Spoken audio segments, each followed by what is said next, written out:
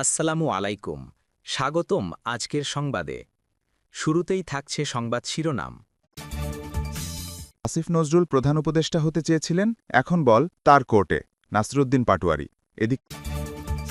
এদিকে লিবিয়া থেকে দেশে ফিরলেন ১৭৪ বাংলাদেশি। অপরদিকে খুলনায় জোড়া হত্যা মামলায় ৭ জনের মৃত্যুদণ্ড। আরও থাকছে ২০১৪ সালের পর আওয়ামী লীগ দেউলিয়া হয়ে গেছে। এরপরে সালমান শাহ হত্যা মামলার আসামি কে এই আজিজ মোহাম্মদ ভাই। এবং সবশেষে থাকছে ১৬ বছর পর এবারের ভোটে পূর্ণাঙ্গ নির্বাচন পর্যবেক্ষণ দল পাঠাবে ইইউ রাষ্ট্রদূত। শুনছিলেন শিরোনাম, এখন বিস্তারিত। প্রথমেই আমার চ্যানেলটি সাবস্ক্রাইব করুন, যাতে সবার আগে সর্বশেষ সংবাদ আপনার কাছে পৌঁছায়। সংবাদটি আপনি কোথা থেকে শুনছেন জানিয়ে দিন কমেন্টে। আসিফ নজরুল প্রধান উপদেষ্টা হতে চেয়েছিলেন, এখন বল তার কোর্টে। নাসিরুদ্দিন পাটোয়ারি। অন্তর্বর্তী সরকারের আইন উপদেষ্টা আসিফ নজরুল এই সরকারের প্রধান উপদেষ্টা হতে চেয়েছিলেন বলে দাবি করেছেন জাতীয় নাগরিক পার্টির এনসিপি-এর মুখ্য সমন্বয়ক নাসিরুদ্দিন পাটোয়ারি। মঙ্গলবার ২৭ অক্টোবর রাজধানীর জাতীয় প্রেস ক্লাবে একটি অনুষ্ঠানে এ দাবি করেন তিনি। নাসিরুদ্দিন পাটোয়ারি বলেন, অন্তর্বর্তী সরকারের প্রধান উপদেষ্টা হতে চেয়েছিলেন আসিফ নজরুল, এখন তার কোর্টে বল গিয়েছে। আমরা দেখব তিনি কেমন খেলতে পারেন। এনসিপি-এর মুখ্য সমন্বয়ক নাসিরুদ্দিন পাটোয়ারি বলেন, জাতীয় ঐক্যমত কমিশনের রিপোর্ট জমা দেওয়া জুলাই শহীদ এবং জনগণের বড় অর্জন। জুলাই সনদ স্বাক্ষর না করার কারণে হারিয়ে যাওয়ার ভয় ছিল, তবে রিস্ক নিয়ে অবস্থান নিয়েছে এনসিপি। ঐক্যমত কমিশনের রিপোর্টের মাধ্যমে এর সুফল পেয়েছে বাংলাদেশের মানুষ।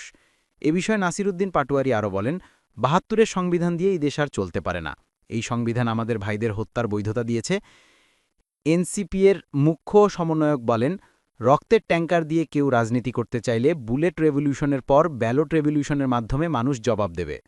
নাসিরুদ্দিন পাটোয়ারি বলেন, দলীয় দাস হিসেবে কেউ সংস্কার রুখতে চাইলে সেফ এক্সিট পাবে না তারা, মানুষ তাদের বিচার করবেই। এনসিপি সরকার গঠন করবে আশা প্রকাশ করে দলের মুখ্য সমন্বয়ক বলেন, কারণ পেছনের দরজা দিয়ে এনসিপি ক্যান্টনমেন্টে যাবে না, কোনো এম্বাসিতেও যাবে না, তাই মানুষ এনসিপিকে ভোট দেবে। ড ইউনূসের নেতৃত্বাধীন অন্তর্বর্তী সরকার অথর্ব নির্বাচন কমিশন গঠন করেছে দাবি করে নাসিরুদ্দিন পাটোয়ারি বলেন, যে লাউ সেই কদুর নির্বাচন চায় না এনসিপি। বিএনপি জামায়াত বিরোধী নাটক করছে, তারা একদল ভারতে আরেক দল পাকিস্তানে পা দিয়ে রেখেছে। এদিকে লিবিয়া থেকে দেশে ফিরলেন ১৭৪ বাংলাদেশি। লিবিয়া থেকে দেশে ফিরে এসেছেন আরও ১৭৪ জন বাংলাদেশি। মানব পাচারকারীদের প্রলোভনে পড়ে ইউরোপে যাওয়ার পথে দেশটিতে আটকা পড়েছিলেন তারা। মঙ্গলবার দুপুরে বুরাক এয়ারের একটি চার্টার্ড ফ্লাইটে তারা দেশে ফেরেন। ফেরত আসা নাগরিকরা ঢাকায় পৌঁছালে বিমানবন্দর অভ্যর্থনা জানান কর্মকর্তারা। পররাষ্ট্র মন্ত্রণালয়ের এক সংবাদ বিজ্ঞপ্তিতে জানানো হয়, আন্তর্জাতিক অভিবাসন সংস্থা প্রত্যাবাসিতদের পথখরচ, খাদ্য সামগ্রী ও প্রাথমিক চিকিৎসা সহায়তা দেয়। লিবিয়ার বাংলাদেশি দূতাবাস, পররাষ্ট্র মন্ত্রণালয়ে, প্রবাসী কল্যাণ ও বৈদেশিক কর্মসংস্থান মন্ত্রণালয়, দেশটির সরকার এবং আন্তর্জাতিক অভিবাসন সংস্থা আইওএম-এর সহযোগিতায় এই ১৭৪ জন অনিয়মিত বাংলাদেশিকে দেশে ফেরানো হয়েছে। তাদের মধ্যে অনেকেই দেশটিতে অপহরণ ও নির্যাতনের শিকার হয়েছেন। জনসচেতনতা বাড়াতে এসব নাগরিকদের অভিজ্ঞতা সবার সাথে ভাগ করে নেওয়ার আহ্বান জানিয়েছে পররাষ্ট্র মন্ত্রণালয়। লিবিয়ার বিভিন্ন ডিটেনশন সেন্টারে আটক আরও বাংলাদেশিদের নিরাপদ প্রত্যাবাসনের জন্য সরকার, দূতাবাস ও আন্তর্জাতিক সংস্থাগুলো একযোগে কাজ করছে বলে জানায় মন্ত্রণালয়। অপরদিকে খুলনায় জোড়া হত্যা মামলায় ৭ জনের মৃত্যুদণ্ড। খুলনার দৌলতপুরের আলোচিত জোড়া হত্যা মামলায় ৭ জনের মৃত্যুদণ্ড দিয়েছে আদালত। পাশাপাশি তাদের প্রত্যেককে ৫০,০০০ টাকা করে জরিমানা করা হয়েছে। মঙ্গলবার খুলনার অতিরিক্ত মহানগর দায়রা জজ প্রথম আদালতের বিচারক সুমি আহমেদের রায় ঘোষণা করেন। রায়ের বিষয়টি নিশ্চিত করেছেন ওই আদালতের বেঞ্চ সহকারী শুভেন্দু রায়চৌধুরী।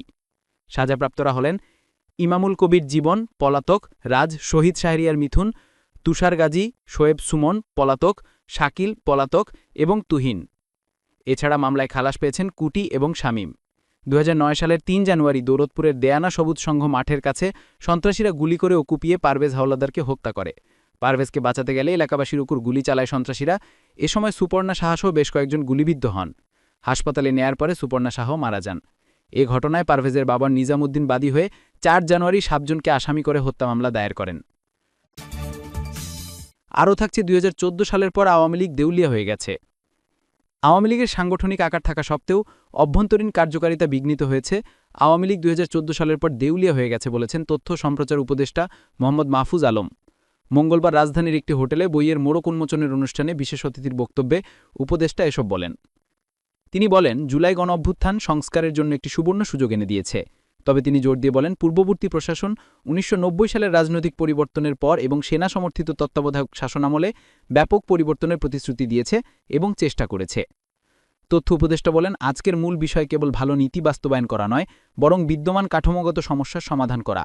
তিনি বলেন, রাজনৈতিক লক্ষ্য মানে কেবল সংস্কার বা প্রতিষ্ঠানের নাম বা পদবি পরিবর্তন করা নয়, বরং এর উদ্দেশ্য হল ব্যবস্থার বিলোপ এবং একটি নতুন রাজনৈতিক ব্যবস্থা তৈরি করা। তিনি আরও বলেন, এই অ্যাপ্রোচটি ইচ্ছাকৃতভাবে এক দফা দাবির সাথে একীভূত করা হয়েছিল। তথ্য উপদেষ্টা বলেন, জুলাই আলোচনার সময় শুধুমাত্র হাসিনার পতন নয়, বরং প্রতিষ্ঠানের নির্দিষ্ট পরিভাষার দাবি করা হয়েছিল। হাসিনার পতন এবং ব্যবস্থার বিলোপ এবং একটি নতুন রাজনৈতিক বন্দোবস্তের দাবির ওপর জোর দেয়া হয়েছিল। এরপরে থাকছে সালমান শাহ হত্যা মামলার আসামি কে এই আজিজ মোহাম্মদ ভাই। ২৯ বছর আগে চিত্রনায়ক সালমান শাহর মৃত্যুর ঘটনায় আদালতের নির্দেশে ২১ অক্টোবর রমনা থানায় হত্যা মামলা হয়। মামলায় সালমান শাহর স্ত্রী সামিরা হক সহ ১১ জনকে আসামি করা হয়। এই আসামিদের দেশ ত্যাগ ঠেকাতে ইতিমধ্যেই ইমিগ্রেশন কর্তৃপক্ষকে তথ্য পাঠানো হয়েছে বলে জানিয়েছে পুলিশ। হত্যা মামলায় প্রধান আসামি নায়কের সাবেক স্ত্রী সামিরা হক, অন্য ১০ জন আসামির মধ্যে প্রযোজক আজিজ মোহাম্মদ ভাইও আছেন। কিন্তু কে এই আজিজ মোহাম্মদ ভাই? নামের শেষে ভাই থাকায় অনেকেই ধরে নেন তিনি কোনো গডফাদার বা মাফিয়া ডনের সঙ্গে যুক্ত। সত্যিটা একটু ভিন্ন। আসলে ভাই শব্দটি তার পরিবারে বংশবুদ্ধি। তার বাবার নাম মোহাম্মদ ভাই, মায়ের নাম খাদিজা মোহাম্মদ ভাই, এমনকি নারীদের নামেও ভাই আছে। আজিজ মোহাম্মদ ভাইয়ের পরিবার ১৯৪৭ সালে ভারতের গুজরাট থেকে পূর্ব পাকিস্তানে বাংলাদেশে আসে। পরিবার পারস্য বংশোদ্ভূত বা বাহাইয়ান সম্প্রদায়ের। মহাপ্রদেশের উচ্চারণে বাহাই পরবর্তীতে ভাই হয়ে যায়। পরিবারের অর্থনৈতিক অবস্থান সমৃদ্ধ। পুরান ঢাকায় বসবাস শুরু করা এই পরিবার ব্যবসায়িক কর্মকাণ্ডে সক্রিয়।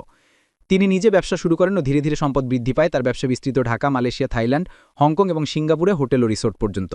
তবে মাদক ব্যবসার সঙ্গে যুক্ত থাকার প্রমাণও আছে। ব্যবসার পাশাপাশি ৯০ দশকে আজিজ মোহাম্মদ ভাই এমবি ফিল্মসের ব্যানারে চলচ্চিত্র প্রযোজনায় আসেন। তার অধীনে ৫০টির মতো চলচ্চিত্র প্রযোজিত হয়েছে। দেশে বিজ্ঞাপন জগতে গ্ল্যামার আনতে তার অবদান উল্লেখযোগ্য। তার জীবন কিছু বিতর্কিত ঘটনার সঙ্গে যুক্ত। এরশাদের আমলে গ্রেফতার হন এবং চলচ্চিত্র নায়িকাসহ বিভিন্ন নারীর সঙ্গে সম্পর্ক নিয়ে নানা কল্পকাহিনী ছড়ায়। ১৯৯৭ সালে আলোচিত হন সালমান শাহ হত্যার অভিযোগে। বলা হয়, সালমান শাহ মারা যাওয়ার আগে পার্টিতে আজিজ মোহাম্মদ ভাইকে চুমু দেন তার স্ত্রী সামিরা হক। এতে ক্ষিপ্ত হয়ে সালমান শাহ চর মারেন আজিজকে। এই ঘটনা অনেকের মতো হত্যার প্রাথমিক মোটিভ। এর ২ বছর পর চিত্রনায়ক সোহেল চৌধুরীকে হত্যা করার ঘটনাতেও তার পরিবারের নাম আসে। বর্তমান আজিজ মোহাম্মদ ভাই সপরিবারে থাইল্যান্ডে বসবাস করেন এবং সেখান থেকে ব্যবসা পরিচালনা করেন। স্ত্রী নৌরিন মোহাম্মদ ভাই দেহে এসে ব্যবসা দেখেন। এবং সবশেষে থাকছে ১৬ বছর পর এবারের ভোটে পূর্ণাঙ্গ নির্বাচন পর্যবেক্ষণ দল পাঠাবে ইইউ রাষ্ট্রদূত। আসন্ন নির্বাচনে একটি বৃহৎ নির্বাচন পর্যবেক্ষণ দল পাঠানোর পরিকল্পনা করছে ইইউ। সবকিছু ঠিক থাকলে এটা ২০০৮ সালের পর প্রথমবারের মতো হতে যাচ্ছে ইইউ এর পূর্ণাঙ্গ নির্বাচন মিশন। মঙ্গলবার ২৮ অক্টোবর যমুনায় প্রধান উপদেষ্টা মোহাম্মদ ইউনুসের সাথে সাক্ষাৎকালে এ তথ্য দেন বাংলাদেশে ইইউ রাষ্ট্রদূত মাইকেল মিলার। রাষ্ট্রদূত বলেন, ইইউ পর্যবেক্ষণ মিশনের চূড়ান্ত অনুমোদন এখনও বাকি আছে। তবে এতে ১৫০ থেকে ২০০ জন সদস্য থাকতে পারেন। তাদের মধ্যে কিছু পর্যবেক্ষক নির্বাচনের ৬ সপ্তাহ আগে বাংলাদেশে পৌঁছাবেন, বাকিরা ভোটের প্রায় ১ সপ্তাহ আগে যোগ দেবেন। তিনি বলেন, ২০০৮ সালের পর এটি প্রথমবারের মতো ইইউ বাংলাদেশে একটি পূর্ণাঙ্গ নির্বাচন পর্যবেক্ষণ দল পাঠাচ্ছে। নির্বাচনের সময় দেশীয় পর্যবেক্ষক নিয়োগেও ইইউ সহায়তা করবে। ১ ঘণ্টাব্যাপী বৈঠকে বাংলাদেশের শাসন ও সাংবিধানিক সংস্কার, নির্বাচন প্রস্তুতি, বিচার বিভাগ ও শ্রম খাতের সংস্কার, বাংলাদেশ এই ইইউ বাণিজ্য, বিনিয়োগ, সম্পর্ক এবং সামগ্রিক রাজনৈতিক প্রক্রিয়া নিয়ে নানা বিষয়ে আলোচনা হয়। রাষ্ট্রদূত মিলার জুলাইয়ের জাতীয় সনদকে একটি গুরুত্বপূর্ণ দলিল হিসেবে উল্লেখ করেন এবং একে দেশের গণতান্ত্রিক রূপান্তরকে সুশৃঙ্খলভাবে এগিয়ে নিয়ে যাওয়ার উদ্যোগ হিসেবে বর্ণনা করেন। তিনি সম্প্রতি অনুমোদিত শ্রম আইন সংস্কার ও বিচার বিভাগের স্বাধীনতা জোরদার করার পদক্ষেপগুলোকে উল্লেখযোগ্য সাফল্য বলে প্রশংসা করেন। তিনি বলেন, এসবই গুরুত্বপূর্ণ পদক্ষেপ এবং ইইউ এর পক্ষ থেকে ফেব্রুয়ারি নির্বাচনকে অবাধ, সুষ্ঠু এবং গ্রহণযোগ্য করতে নির্বাচন কমিশনের প্রচেষ্টার অব্যাহত সমর্থন দেওয়ার প্রতিশ্রুতি ব্যক্ত করেন। রাষ্ট্রদূত মিলার আসন্ন নির্বাচনকে দেশের ভাবমূর্তি নতুন করে গঠনের একটি সুযোগ হিসেবে অভিহিত করেন। এছাড়া তিনি বাংলাদেশের স্বল্পোন্নত দেশ থেকে মধ্যমায়ের দেশে উত্তরণের প্রক্রিয়ায় ইইউ এর অব্যাহত সহায়তার অঙ্গীকার ব্যক্ত করেন। উভয় পক্ষ বাণিজ্য, বিনিয়োগ সম্পর্ক আরও গভীর করার উপায় নিয়ে আলোচনা করেন, যার মধ্যে ঠিক অর্থনৈতিক অংশীদারিত্ব চুক্তির সম্ভাবনা এবং বিমান ও নৌপরিবহন ক্ষেত্রে নতুন সুযোগ অনুসন্ধানের মতো বিষয় ছিল। তারা মানব পাচার, অবৈধ অভিবাসন রোধেও ঘনিষ্ঠভাবে কাজ করার ব্যাপারে একমত হন। প্রধান উপদেষ্টা জানান, বাংলাদেশের চট্টগ্রাম বন্দরের লালদিয়া টার্মিনাল উন্নয়ন ও পরিচালনার জন্য বিশ্ববিখ্যাত শিপিং কোম্পানি এপি মোলার ম্যারেস্কের সাথে চুক্তি স্বাক্ষরের প্রস্তুতি চলছে। রাষ্ট্রদূত মিলার জানান, ডেনিশ কোম্পানিটি প্রায় $৮০০ মিলিয়ন বিনিয়োগ করতে পরিকল্পনা করছে, যাতে লালদিয়াকে এই অঞ্চলের অন্যতম আধুনিক টার্মিনালে পরিণত করা যায়। এ সময় উভয় পক্ষ নির্বাচনের পরিবেশ, প্রার্থীর যোগ্যতা যাচাই এবং মানবাধিকার রক্ষায় যথাযথ প্রক্রিয়া নিশ্চিত করার বিষয়ে আলোচনা করেন।